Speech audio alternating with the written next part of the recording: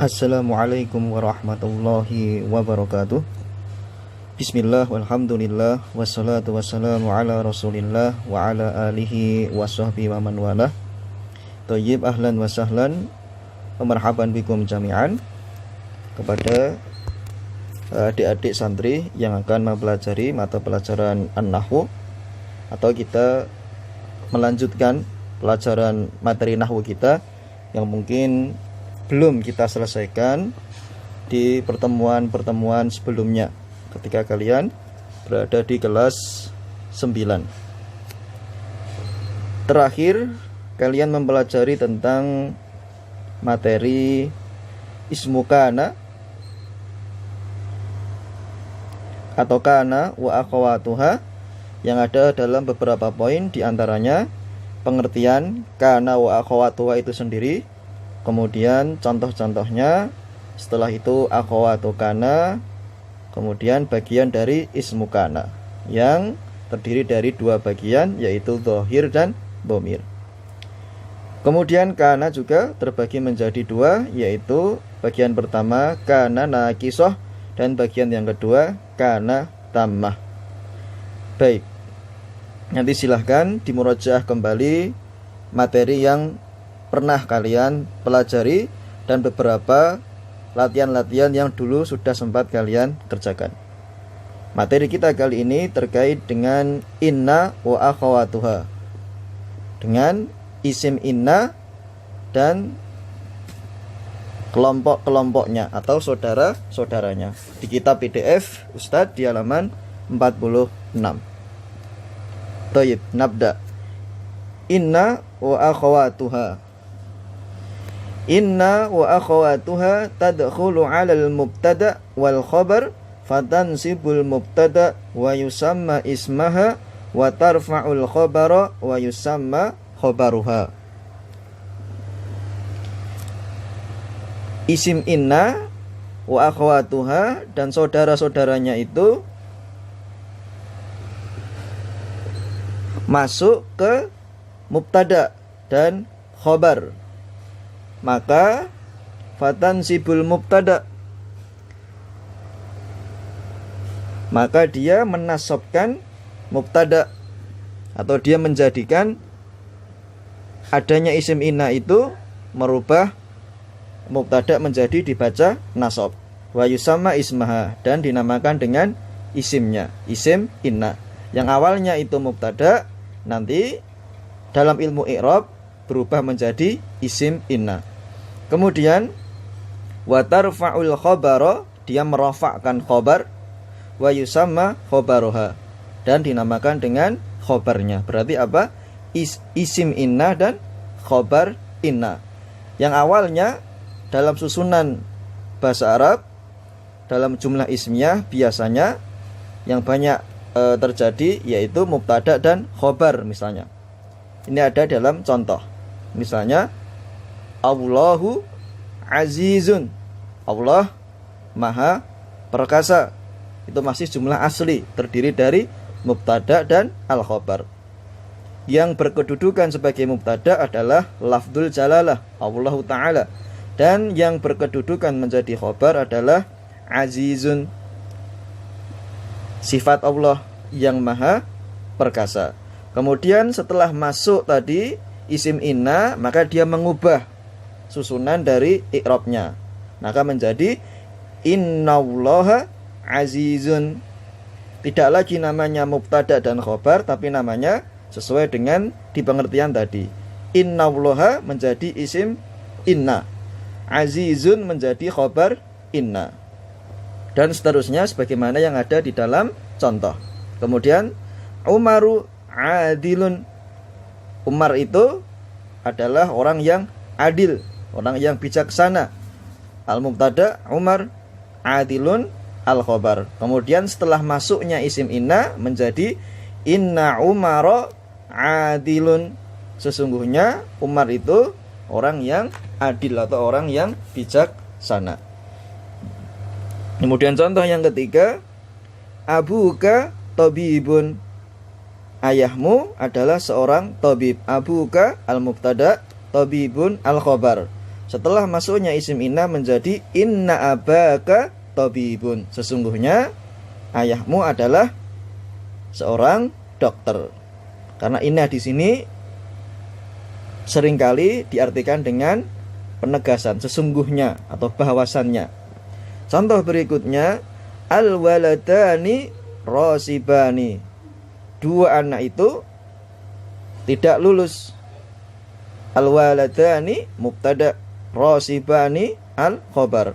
Tetapi setelah masuknya isim inna menjadi innal waladaini rasibani. Sesungguhnya kedua anak itu rasibani, tidak lulus.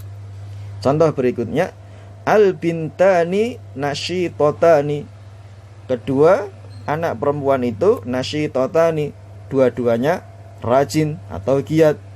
Tetapi setelah masuk jumlah atau setelah masuk isim inna, bacaannya berubah. Yang tadi awalnya itu al-bintani nasyitotani marfu' dibaca marfu', setelah masuk isim inna menjadi innal bintaini nasyitotani. Dari yang awalnya al-bintan marfu' tandanya alif menjadi innal bintaini menjadi nasab sesuai dengan pengertiannya, yaitu tansibul mubtada wa yusamma ismaha wa tarfa'ul khabar wa yusamma khabaruha.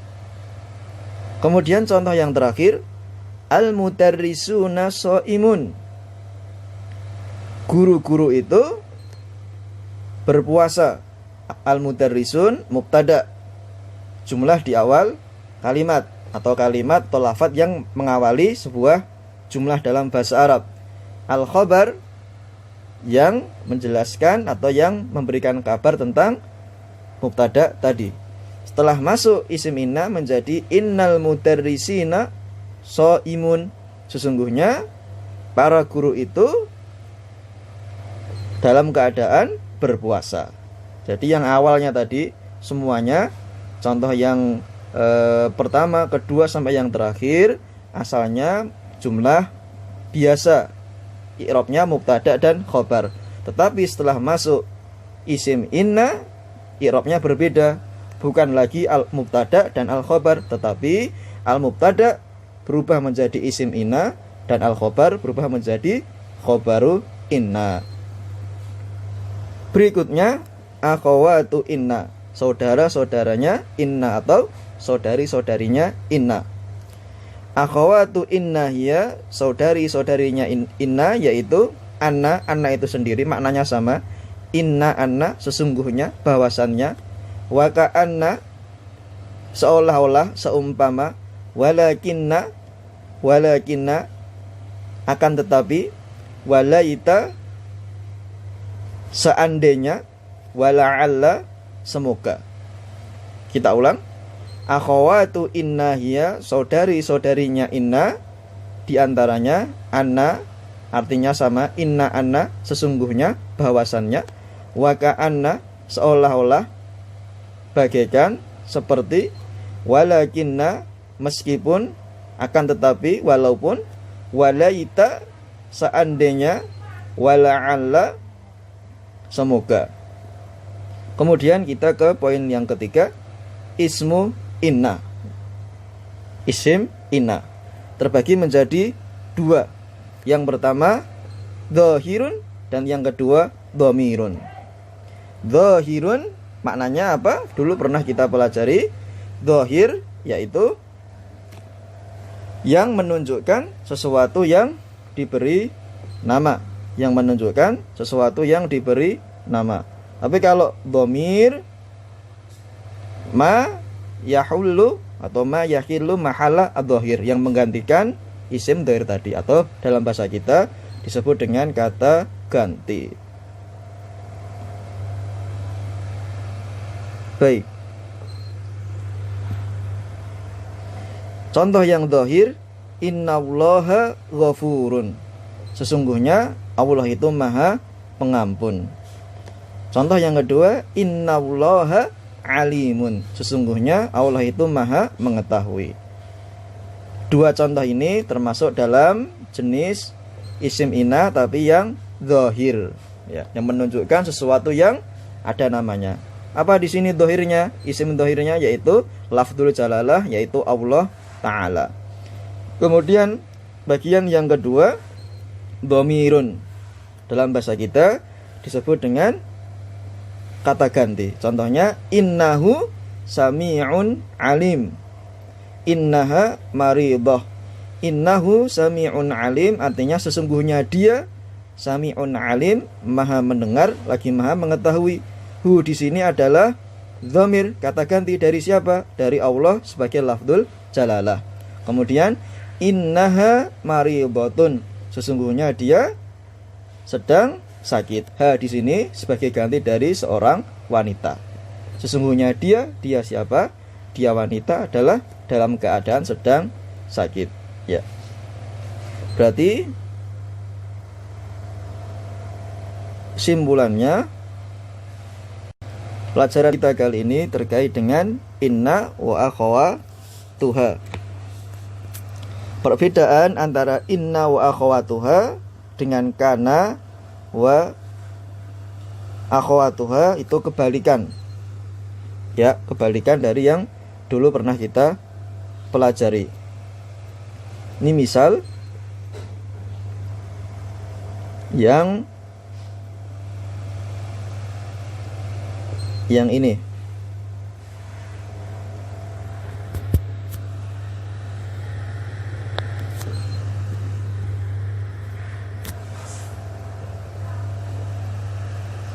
Perbedaan antara kana wa akhawatuha dengan inna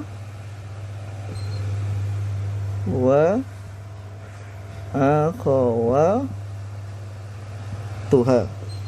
Ya.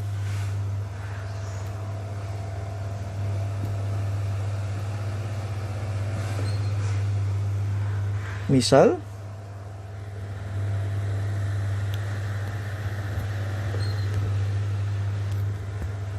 yang kana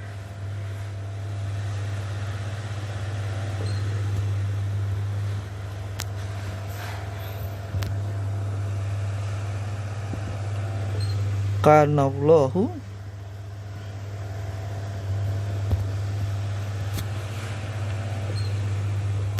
alima.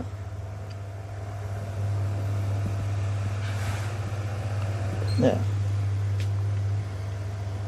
Ini asalnya adalah sebelumnya Allahu alimun.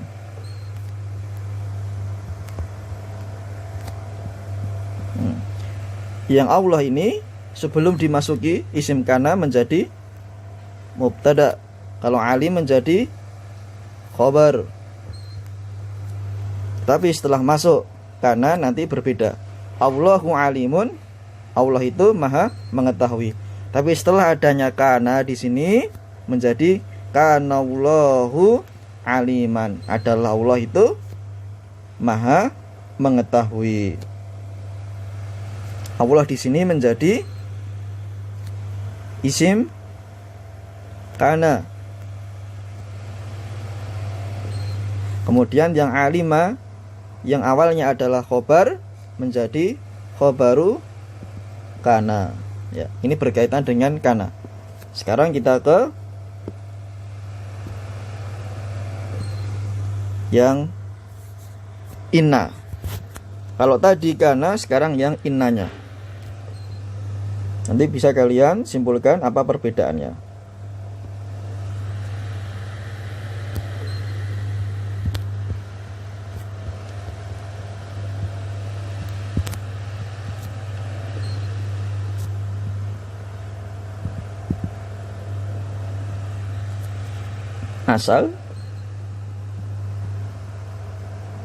Asal kalimat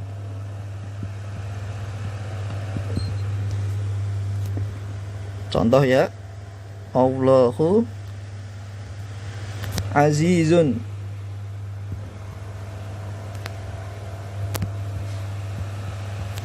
Yang Allah sebagai mubtada, yang aziz sebagai khobar. Masuk isim inna, akan menjadi innallaha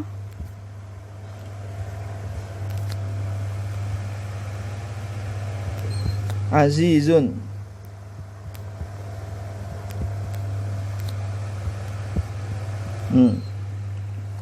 Tadi yang awalnya Allahu azizun, Allah itu maha perkasa. Allah di sini kedudukannya sebagai mubtada, azizun sebagai khobar. Tapi setelah masuk isim inna berubah sunannya dan terjemahannya atau maksudnya, yaitu menjadi innallaha azizun. Sesungguhnya Allah itu maha perkasa. Di sini ada tambahan inna karena masuk ke kalimat. Yang tadi maknanya Allah itu maha perkasa, tapi di bagian yang kedua ini ada penegasan, penguatan. Sesungguhnya, bahwasannya Allah itu maha perkasa. Tapi ada perbedaannya. Yang tadi awalnya itu karena mubtada ya marfu, dhammah Allahu, khobarnya juga dhammah sebagai marfu, tapi yang ini berubah. Tadi yang awalnya Allahu menjadi innallaha, berubah dari yang marfu menjadi nasab seperti pengertiannya fatansibul mubtada wa yusamma ismaha. Tapi yang aziz tetap dia khobar, cuma namanya berganti. Yang awalnya khobar menjadi wa tarfa'ul khobara wa yusamma khobaruha, menjadi khobaru inna. Kalau ini berarti menjadi isim inna. Ya. Penjelasannya kurang lebih seperti ini. Jadi tadi ada perbedaan antara inna wa akhwatuha dengan kana, atau bahasa mudahnya kebalikan ya. Kalau yang kana dia menjadikan yang isimnya ini sebagai dhammah atau marfu, kemudian yang khobarnya sebagai apa? Mansub. Jadi kalau kana. Tetapi kalau inna kebalikannya, karena maknanya berbeda, i'rabnya juga berbeda. Kalau yang inna, yang materi kita sekaligus kita memurojaah, dia menasabkan yang isim dan merofakkan yang khobar. Tapi sama-sama dari asal kalimat mubtada dan khobar. Ini sama antara kana dan inna beserta apa? Saudara-saudaranya. Tapi kalau sudah di bagiannya masing-masing, antara kana sendiri dengan inna sendiri itu berbeda. Kalau yang kana dia merofakkan isimnya, menasabkan khobarnya. Tapi yang inna dia menasabkan isimnya dan merofakkan khobarnya. Ya, seperti itu penjelasannya. Kemudian untuk latihan, nanti silahkan kalian kerjakan. Ada latihan di sini, bagus. Kita terjemahkan sekilas. As-sholatu wajibatun. Salat itu wajib. Fihi dha'ifun. Di sana, di dalamnya ada kelemahan. Indi dirhamun. Aku memiliki uang dirham. Al-muhsinuna mahbubun. Orang-orang yang berbuat baik itu disukai. Anta alimun. Kamu orang yang berilmu. Fil jasadi mudghatun. Di dalam tubuh ada segumpal daging. Al-mujtahidatu najihat. Perempuan-perempuan yang bersungguh-sungguh itu lulus. Ia muti'atun. Wanita itu wanita yang taat. Akhuka tabibun. Saudaramu laki-laki itu seorang dokter. Ummuka mumarridah. Ibumu adalah seorang perawat. Nanti antum tinggal masukkan isim inna ke dalam latihan-latihan di dalam kalimat ini. Kemudian yang kedua, tinggal kalian mengubah ya. Ini ada jumlah mubtada khobar, kalian ubah yang pertama ke kana dulu, baik yang isimnya dan khobarnya. Setelah itu yang kedua kalian dari yang kana diubah ke yang inna, sama, baik yang isimnya dulu, isim kana, kemudian yang khobar inna diubah ya. Ada sekitar 1, 2, 3, 4, 5, 6, 7, 8, 9, 10 latihan. Kita artikan, abuka maridun, ayahmu sedang sakit. Nanti antum jawab di sini. Ar-riba haramun, riba itu hukumnya haram. As-sholawatul khamsu wajibah, sholat 5 waktu itu hukumnya wajib. Al-mu'minuna faizun, orang-orang beriman itu menang. Al-mujtahidatu mahbubat, perempuan-perempuan yang rajin itu dicintai atau disayangi. Al-qadhi adilun, hakim itu orang yang atau hakim yang adil, yang bijak. Lahum adzabun, bagi mereka siksaan. Ana rasibun, saya gagal. Fi baiti dhaifun, di rumahku ada seorang tamu. Nahnu muslihun, kami orang-orang yang melakukan kebaikan. Baik, itu tadi ada beberapa latihan, nanti silahkan kalian coba. Bagi yang belum paham nanti silahkan bertanya ke Ustadz. Kita cukupkan dulu sesi kali ini, insyaallah di pertemuan berikutnya akan kita lanjutkan.